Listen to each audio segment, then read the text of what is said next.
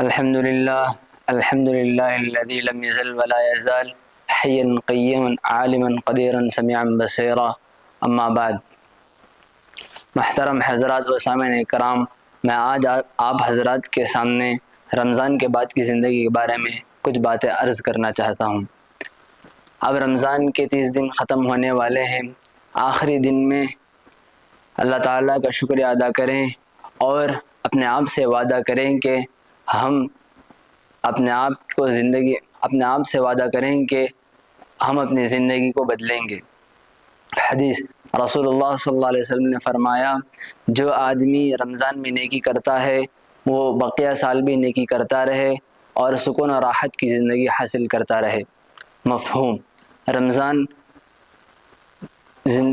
رمضان سکھاتا ہے، رمضان تربیت دیتا ہے، رمضان زندگی کو بدل دیتا ہے۔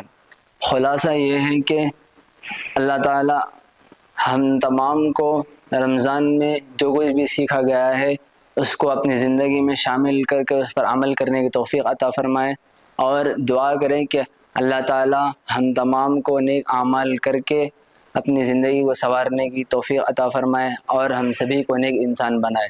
آمین۔ وآخر دعوانا ان الحمد للہ رب العالمین۔